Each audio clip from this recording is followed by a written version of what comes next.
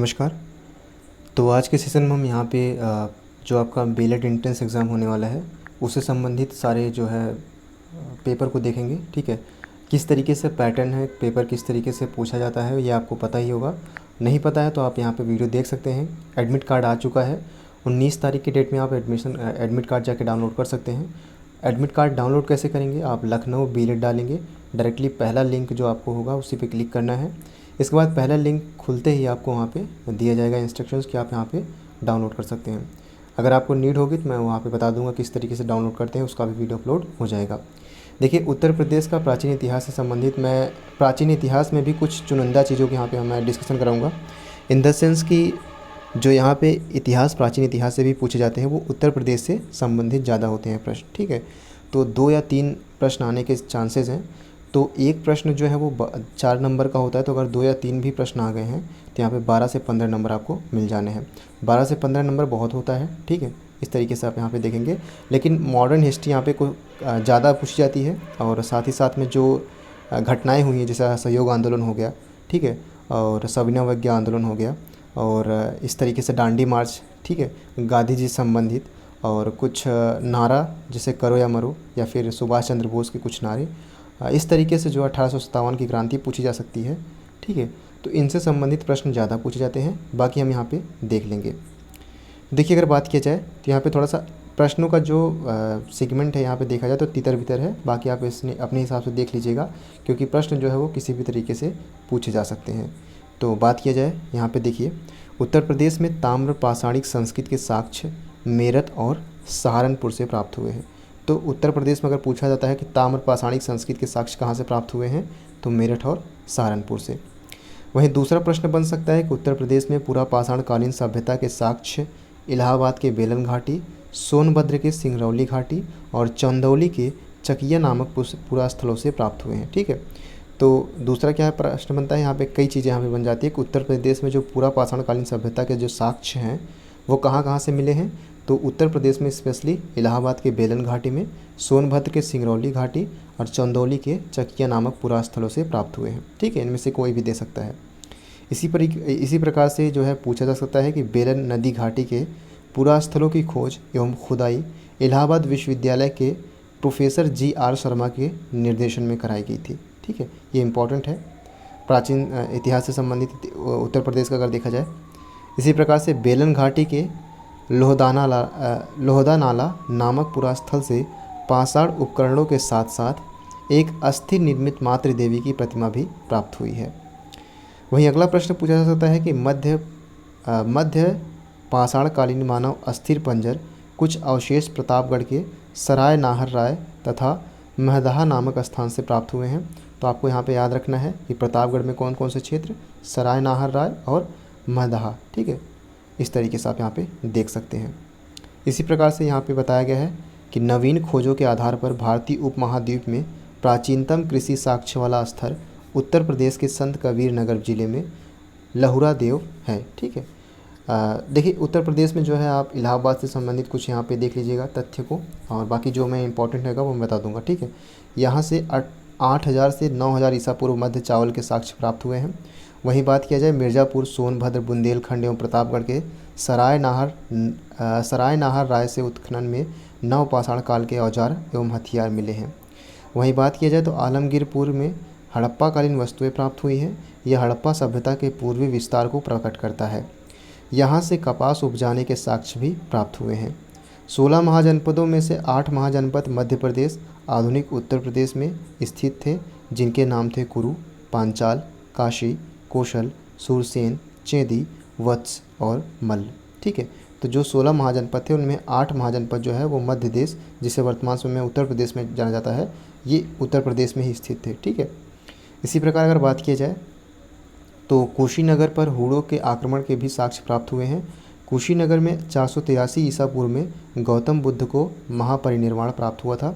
Most important question अगर आएगा ancient history से तो डेफिनेटली ये क्वेश्चन तो जरूर आने वाला है। ठीक है, तो गौतम बुद्ध को महापरिनिर्वाण कहाँ प्राप्त हुआ था, तो कुशीनगर में। ठीक है, 483 ईसा पूर्व में कुशीनगर आपको याद रखना है। अगला प्रश्न है कि कालसी जो वर्तमान उत्तराखंड में है, अशोक का 14वां शिलालेख प्राप्त हुआ है। मोस्ट इंपॉर्टेंट क्वेश्चन दूसरा जो कि है, डेफिनेटली इससे पूछे जाने के चांसेस 100% है कि अशोक का 14वां शिलालेख कहाँ से प्राप्त हुआ है? कालसी में, जो कि वर्तमान समय में उत्तराखंड में है। यहाँ से संस्कृत पदों से उत्कीर्ण ईंटों की एक वेदी मिली है जो तृतीय शती ईस्वी के शासक शिववर्मन के अश्वमेध यज्ञ स्थल का साक्ष्य है। सिर्फ आपको याद रखना है कि अशोक का 14वां शिलालेख कालसी में है, ठीक है, कालसी से प्राप्त हुआ है। इसी प्रकार गौतम बुद्ध का अधिकांश सन्यासी जीवन उत्तर प्रदेश में ही व्यतीत हुआ था। तो इस तरीके से भी पूछा सकता है कि गौतम बुद्ध का अधिकांश जीवन कहाँ पर व्यतीत हुआ है? तो सन्यासी जीवन जो था वो उत्तर प्रदेश में ही व्यतीत हुआ था। इसी कारण उत्तर प्रदेश को बौद्ध धर्म का पालना भी कहते हैं। मोस्ट इंपॉर्टेंट क्वेश्चन है, चौथा प्रश्न देख, ठीक है। तो उत्तर प्रदेश को क्या कहते हैं? बौद्ध धर्म का पालना।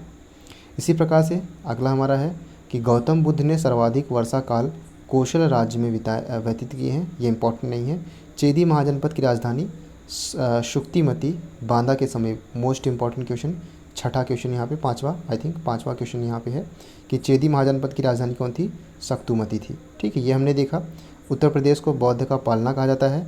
अशोक का 14वां शिलालेख जो है वो कालसी में प्राप्त हुआ है। और गौतम बुद्ध को महापरिनिर्वाण जो है प्राप्त कहाँ हुआ था?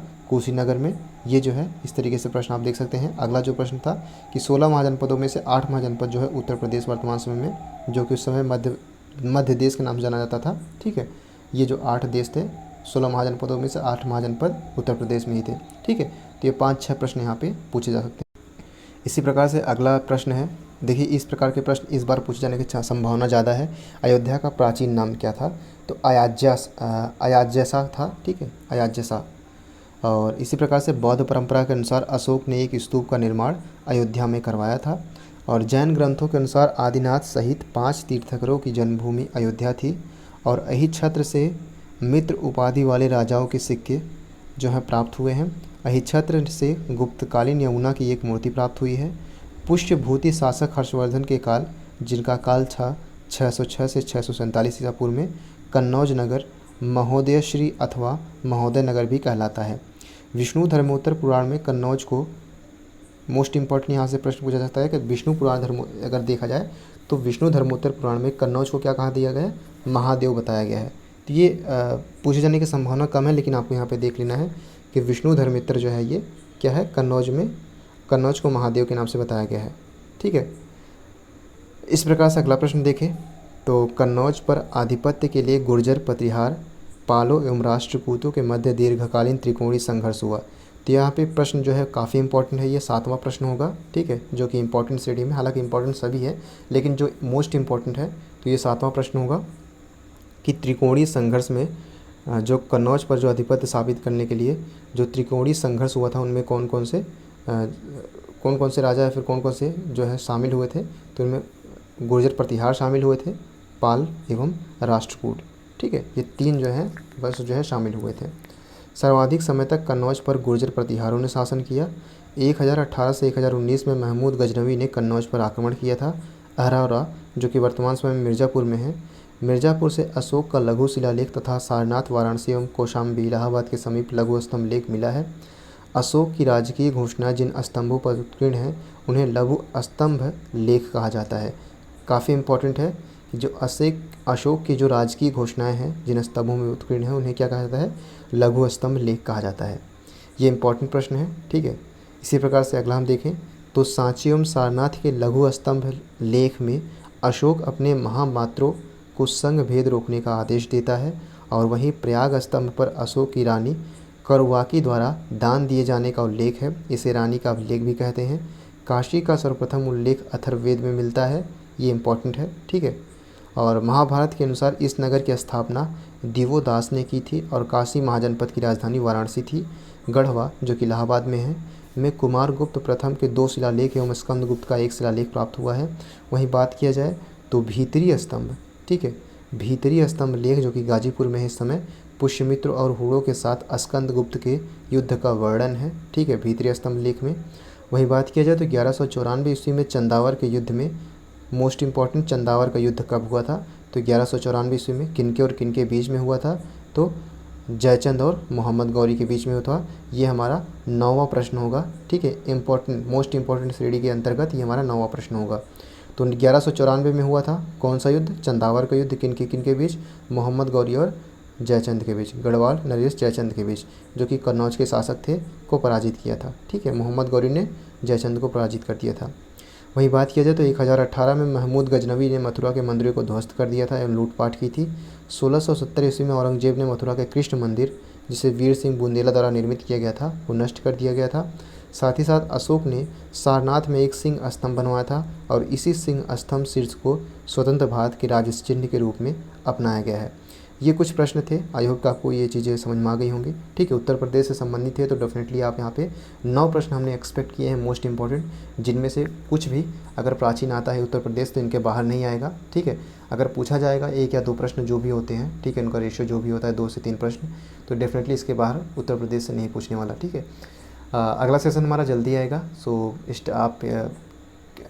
आप वीडियो को तो लगातार देखते रहिएगा। ठीक है, तो अप्रॉक्सीमेटली 25, 26, 27 का आपका जो है पेपर हो जाएगा और 2-4 दिन मिल के बचे हैं, तो आप एक बार रिपीट कर लेंगे तो जो लास्ट जो भी आपने स्टार्टिंग में पढ़ी वो आप यहाँ पे मैटर नहीं करती है, जो आपने लास्ट में पढ़ा है वो चीज़ें मैटर करती है, वो दिमाग में रहती भी है। तो डेफिनेटली अगर एग्ज़ाम के लिए यहाँ पे डेफिनेटली अगर कुछ एडिशन होता है 20 से 30% तो बहुत बड़ी बात है। ठीक है, so thank you so much, keep loving, keep supporting, keep stay with us, thank you so much.